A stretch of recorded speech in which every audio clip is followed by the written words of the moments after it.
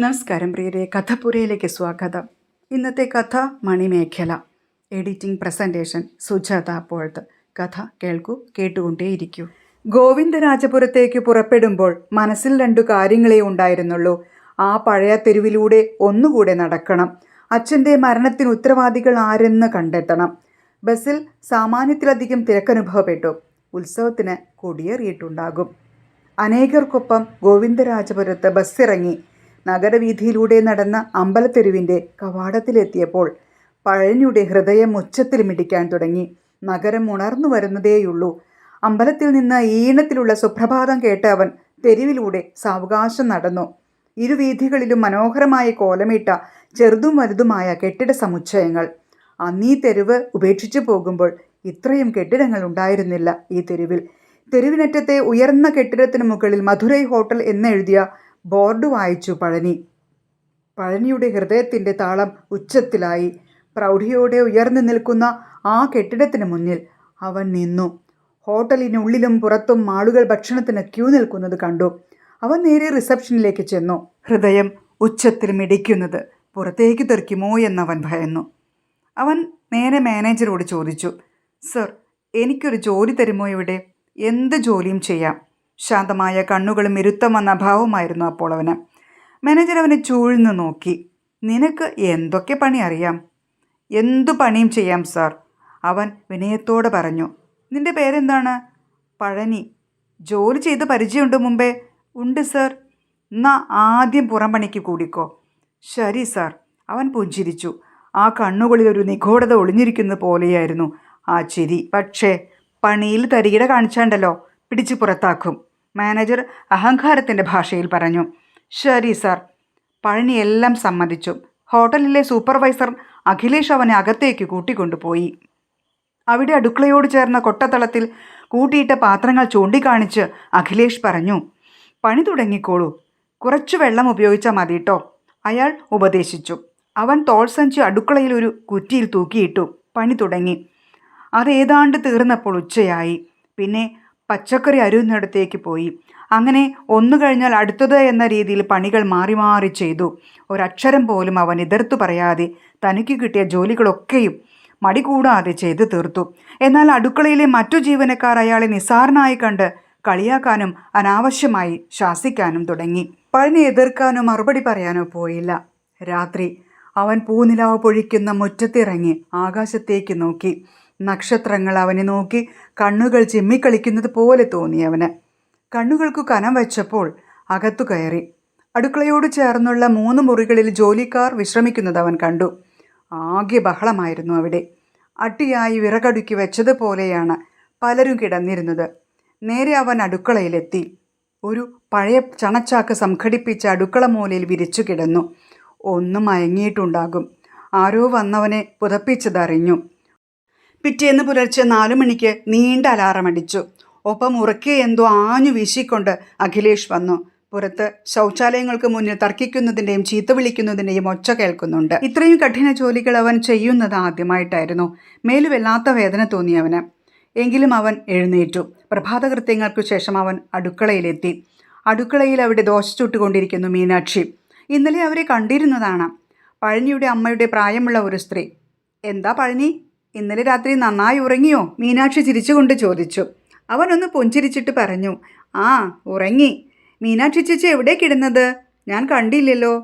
അവൻ ചോദിച്ചു. ഞാൻ കിടക്കാറുള്ള സ്ഥലത്താ ഇന്നലെ മോൻ കിടന്നത്. സാരില്ല, ഞാൻ മുറ്റത്ത് ആ മൂച്ചിയുടെ ചൂട്ടിലെ പുൽപ്പായ വിരിച്ചു കിടന്നു, അവർ നിസ്സാര മട്ടിൽ പറഞ്ഞു. 2 നാൾ കഴിഞ്ഞ് ഉത്സവം കൊടിയേറി. ആളുകൾ കൂട്ടത്തോടെ എത്തി തുടങ്ങി. അമ്പലത്തിലും ഹോട്ടലിലും. ഹോട്ടലിന് പുറത്ത് ചെണ്ടുമല്ലിപ്പൂക്കൾ കൊണ്ട് തോരണം തൂക്കി അലങ്കരിച്ചു. രാത്രി നിയോൺ ബൾബുകൾ കണ്ണു ചിമ്മി. തൊഴിലാളികൾ വിശ്രമമില്ലാതെ ജോലി ചെയ്തുകൊണ്ടിരുന്നു. പഴനി പുതിയ ആളായതിനാൽ അവന് കുറച്ചധികം കഷ്ടപ്പെടേണ്ടിയും വന്നു. ഹോട്ടലിലെത്തിയതിൻ്റെ പിറ്റേന്ന് 1-ാം നിലയിൽ ക്ലീനിങ് ചെയ്യാൻ എത്തിയതായിരുന്നു പഴനി. അതിലൊരു മുറി അകത്തുനിന്ന് കുറ്റിയിട്ടിട്ടുണ്ടായിരുന്നു. ആദ്യമൊന്ന് മുട്ടി നോക്കി, ഒരനക്കവുമില്ല. അകത്ത് നല്ല വെളിച്ചമുണ്ട്. പിറ്റേ ദിവസവും അവൻ വന്നു നോക്കി. പൂർണ്ണ നിശബ്ദതയാണ് അവിടം. ആരായിരിക്കും അത്? ആരോടാണെന്ന് ചോദിക്കുക? പഴനി ചിന്തിച്ചു. ദിവസങ്ങൾ നീങ്ങി. ഒരു ചാറ്റൽ മഴയുള്ള രാത്രി. വന്നതിൻ്റെ പിറ്റേന്ന് അടുക്കളയിൽ നിന്ന് മരച്ചുവട്ടിലേക്ക് കിടപ്പ് മാറ്റിയിരുന്നു പഴനി. പഴയ 2 ബെഞ്ചുകൾ കൂട്ടിക്കെട്ടി അതിലാണു കിടപ്പ്. ചുറ്റുമിരുട്ട്. മോൻ മഴ നനയണ്ട, അകത്തു വന്നു കിടക്കൂ, മീനാക്ഷി പറഞ്ഞു. അടുക്കളയിൽ അവരുടെ കുഞ്ഞു കിടക്കരികിൽ അവന് മറ്റൊരു കിടക്ക അവർ വിരിച്ചിട്ടിരുന്നു. ഏതാണ് മുഷിഞ്ഞതെന്ന് കണ്ടുപിടിക്കാൻ പ്രയാസം. പിന്നെ അതായി പതിവ്. കൊതുക് മൂളുന്ന ഒച്ച കേട്ട് അതിൻ്റെ താളത്തിനൊപ്പം ഉറങ്ങാൻ ശീലിച്ചു പഴനി. ഇങ്ങനെ കിടക്കുമ്പോൾ മീനാക്ഷി വെളിപാട് പോലെ ചില കാര്യങ്ങൾ പറയും. അതിൽ നാട്ടിലെ കഥകൾ വരും, ബാല്യം വരും, യൗവനത്തിളക്കത്തിലുണ്ടായ അനുഭവങ്ങൾ അയവിറക്കും. അവരുടെ ഭർത്താവ് അവരെ കണ്ടെത്തിയ കഥ പറഞ്ഞു ചിരിക്കും. പ്രണയവും വിരഹവും നിരാശയും എല്ലാം ഇടകലർന്ന ഒരു പറച്ചിൽ. അയൽപ്പക്കങ്ങളെ ഓർത്ത് ചിരിക്കും. ആകെയുള്ള മകളുടെ പഠനവിശേഷങ്ങൾ പങ്കുവയ്ക്കും. ഒരു ദിവസം പഴനി ചോദിച്ചു, മീനാക്ഷി ചേച്ചി, എന്താ ചേച്ചി വീട്ടിൽ പോകാത്തെ? അവൻ ഉറക്കം വരാതെ കണ്ണുമിഴിച്ചു കിടക്കുകയായിരുന്നു. അപ്പോൾ അവർ തലചരിച്ച് അവനെ ഒന്ന് നോക്കി. വീട്ടിൽ ആരെങ്കിലും ഉണ്ടായിട്ട് വേണ്ടേ മോനെ? ഞാൻ പെണ്ണിനെ പെറ്റപ്പോൾ കെട്ടിയോന് എന്നോട് പുച്ഛം. നിനക്ക് പെണ്ണിനെ പെറാനേ പറ്റുള്ളൂ എന്ന കുത്തുവാക്കും. പരിഹാസം കൂടിയപ്പോൾ ഞാനൊരു ദിവസം അയാളെ ചവിട്ടികൂട്ടി മൂക്കിലിട്ട് ക്ഷണം പോന്നു വീട്ടിൽ നിന്ന്. മൂപ്പർക്കന്ന് തരുമ്പും വെളിവില്ലായിരുന്നു. കെട്ടിറങ്ങും മുൻപ് ഞാൻ അവിടെ വിട്ടു. അന്ന് മുതൽ ഈ അടുക്കളയിലാ എൻ്റെ ജീവിതം, മീനാക്ഷി പറഞ്ഞു. പിന്നെ കല്യാണം കഴിക്കാൻ തോന്നിയില്ലേ ചേച്ചിക്ക്? എന്തിന്? വീണ്ടും ഇതുപോലൊരു മൊശടനെ കിട്ടിച്ചാൽ പിന്നെയും പഴയ പോലാകില്ലേ? അടിമപ്പണിക്ക് വയ്യ കുട്ടിയെ, അവർ പരിതപിച്ചു. കയ്യിലൊരു പെൺകുട്ടിയും. അവൾ വരാറുണ്ടിട്ടോ ഇവിടെ എന്നെ കാണാൻ. എറണാകുളത്തുനിന്ന് വന്നാൽ ഞങ്ങൾ കെട്ടിപ്പിടിച്ച് കിടക്കും. കോളേജിലെ കഥകൾ പറഞ്ഞു തരും. അന്നേരം സ്വന്തം അച്ഛനെ മൂർച്ചയുള്ള വാക്കുകൾ കൊണ്ട് കുത്തി കീറും. എൻ്റെ കൈകൊണ്ട് തുള്ളി വെള്ളം കിട്ടാണ്ട് ചങ്കുപിടയുന്നവൾ ഗർജിക്കും. ഇത്തവണ പരീക്ഷയായതുകൊണ്ടാണ് വരാഞ്ഞത്. അവൾ പഠിക്കാൻ മിടുക്കിയ. അവരുടെ സ്വരത്തിൽ വാത്സല്യം നുരഞ്ഞു പൊന്തി മകളോടുള്ള. മീനാക്ഷി കണ്ണുകളിൽ കെട്ടിനിന്ന കണ്ണുനീർ പുറം കൈകൾ കൊണ്ട് തുടച്ചു. പിന്നെ എപ്പോഴെങ്കിലും അയാളെ കാണണമെന്ന് ചേച്ചിക്ക് തോന്നിയിട്ടുണ്ടോ? അവൻ്റെ ചോദ്യങ്ങൾക്ക് അവൾ മറുപടി പറഞ്ഞില്ല. അപ്പോഴേക്കും അവളുടെ താളത്തിലുള്ള ശ്വാസഗതി അവൻ കേട്ടു. അങ്ങനെ കഥകൾ പറയുന്ന ഒരു ദിവസം മീനാക്ഷി ചോദിച്ചു, പഴനി, നീ ഉറങ്ങിയോടാ? ഇല്ല ചേച്ചി. ഡാ, ഈ ഹോട്ടലിൻ്റെ മുകൾ നിലയിലേക്ക് നീ പോയിട്ടുണ്ടോ എപ്പോഴെങ്കിലും? ഉണ്ട്. അവിടെ 2ാമത്തെ നിലയിൽ അടച്ചിട്ടൊരു മുറിയുണ്ട്. അതിലൊരാൾ താമസിക്കുന്നുണ്ട്. പഴനി ഉദ്യോഗത്തോടെ തല ഉയർത്തി. എന്നിട്ട് കൈകുത്തി ഉള്ളം കയ്യിൽ തല താങ്ങി വെച്ചു. അതാര്? അതൊക്കെ ഉണ്ട്, പറയാം. അവരൊന്ന് നിർത്തി. ഈ ഹോട്ടലിൻ്റെ ചരിത്രം കേൾക്കണം നിനക്ക്. പഴനി നിശബ്ദത പാലിച്ചു. ഇതിൻ്റെ ഇപ്പോഴത്തെ ഉടമ മോഹനചന്ദ്രൻ സാറിന് ഒരു അനുജനുണ്ടായിരുന്നു. നല്ല സ്നേഹമുള്ളൊരു മനുഷ്യൻ, ഒരു രാമചന്ദ്രൻ സാറ്. അവൾ കഥ പറഞ്ഞു തുടങ്ങി. കാണാൻ നല്ല സുന്ദരനായിരുന്നു. ആ സാറ് പഠിച്ചത് തമിഴ്നാട്ടിലായിരുന്നു. പഠിപ്പ് കഴിഞ്ഞ് അവിടെ ഒരു വിദേശികളുടെ കമ്പനിയിൽ അദ്ദേഹത്തിന് ജോലിയും കിട്ടി. ഒരു ദിവസം നാട്ടിൽ സാറ് വന്നപ്പോൾ കൂടെ ഒരു തമിഴത്തി ഉണ്ടായിരുന്നു, ഒരു മണിമേഖല. നല്ല അഴകുള്ള കണ്ണുകളും ചുരുണ്ട മുടിയുമുള്ള ഒരു കറുത്ത സുന്ദരി. സാർ അവളെ കൂട്ടി നേരെ സ്വന്തം വീട്ടിലെത്തി. ഒരു സന്ധ്യ നേരത്ത്. സിനിമയല്ലല്ലോ ഇത്, ജീവിതമല്ലേ. സാറിൻ്റെ അച്ഛൻ ശേഖരൻ നമ്പ്യാർ നാട്ടിലെ അറിയപ്പെടുന്ന കാശുകാരനായിരുന്നു, സ്വാധീനമുള്ളയാളും. പഠിക്കലെത്തിയതേയുള്ളൂ അവർ. മുകളിലെ ബാൽക്കണിയിലിരുന്ന് സാറിൻ്റെ അച്ഛൻ ഇതെല്ലാം വീക്ഷിക്കുന്നുണ്ടായിരുന്നു. ഗോവിന്ദപുരത്ത് ബസ് ഇറങ്ങിയപ്പോഴേ അച്ഛന് വിവരം കിട്ടിയത്രേ. ഏട്ടൻ മോഹനചന്ദ്രനും അച്ഛൻ ശേഖരൻ നമ്പ്യാരും ചേർന്ന് രാമചന്ദ്രനോട് പറഞ്ഞു, ഈ വീട്ടിൽ തമിഴത്തിയെ കയറ്റാൻ പറ്റില്ല. എവിടെ വെച്ചാൽ അവളെ കൊണ്ടാക്കിയിട്ട് നീ ഇങ്ങോട്ട് ഒറ്റയ്ക്ക് കയറി വന്നാൽ മതി. അയാൾ മണിമേഖലയെ തിരിഞ്ഞു നോക്കി. നിസ്സഹായായ അവളുടെ ആ ഒരു നോട്ടം, അതൊന്നു മാത്രം മതിയായിരുന്നു ആ വീടും ബന്ധുക്കളെയും ഉപേക്ഷിച്ച് അവളുടെ കൈ പിടിച്ച് തിരിഞ്ഞു നടക്കാൻ. സർ നേരെ പോയത് തമിഴ്നാട്ടിലേക്കായിരുന്നു. അവിടെ വാടക വീടെടുത്ത് താമസം തുടങ്ങി. അവിടെ ബന്ധുക്കൾ ആദ്യം എതിർത്തെങ്കിലും പിന്നീട് അവരെ സ്വീകരിച്ചു. രാമചന്ദ്രൻ സർ വെറുതെ ഇരുന്നില്ല.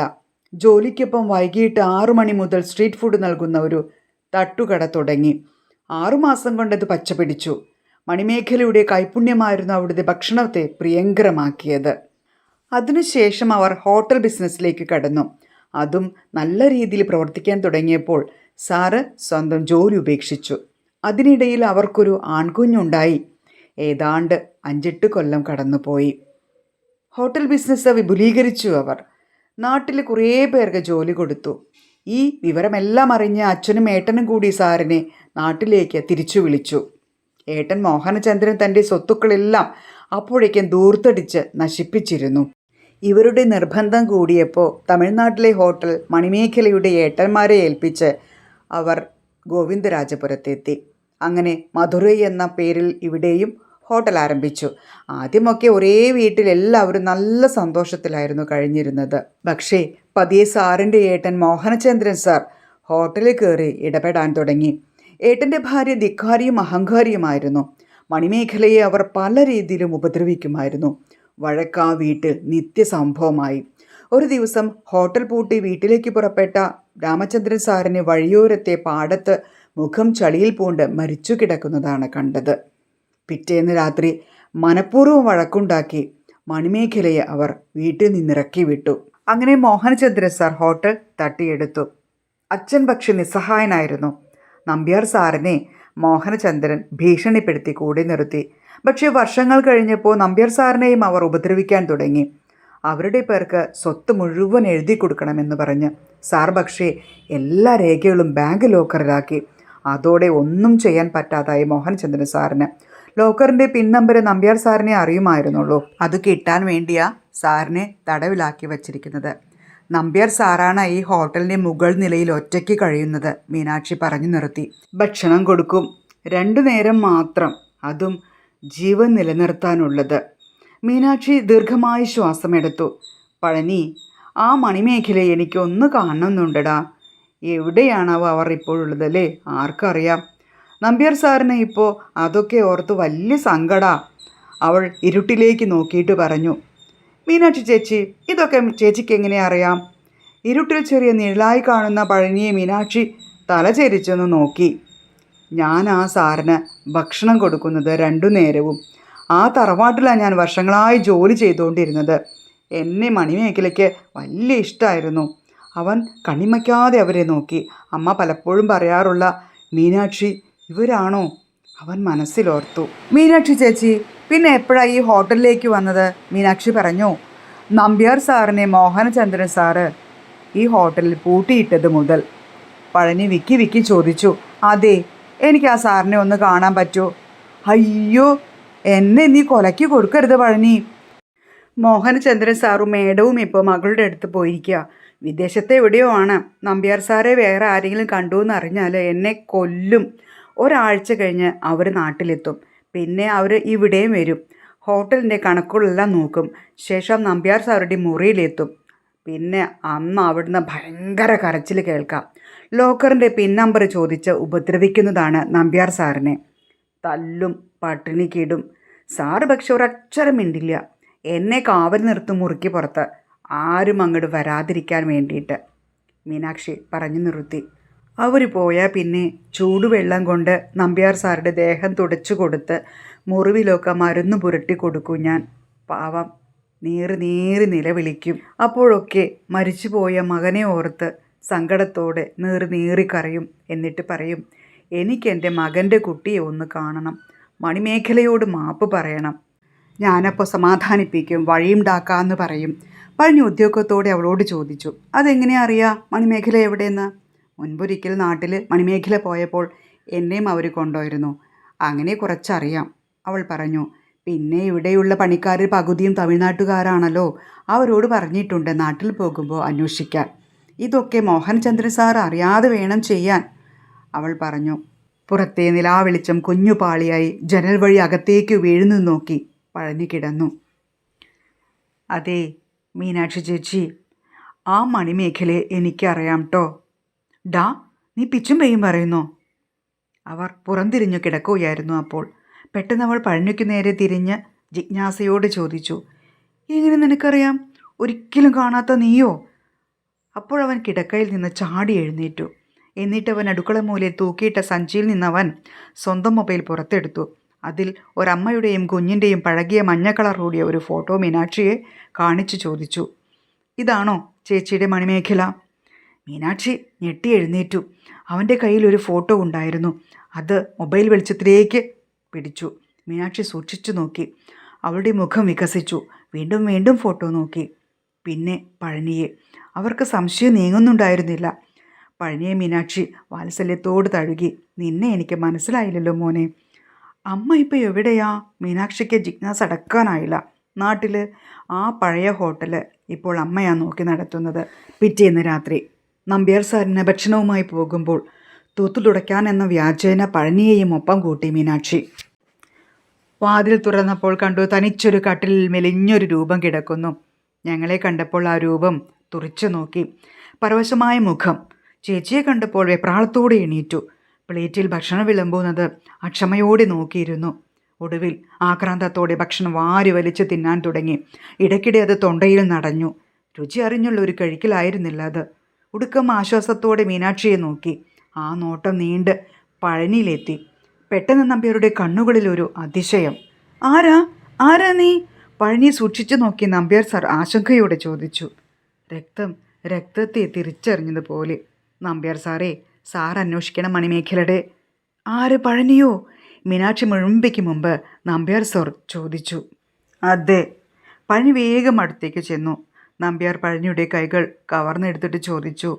നീ അപ്പൂപ്പനോട് പൊറക്കണേടാ മോനെ.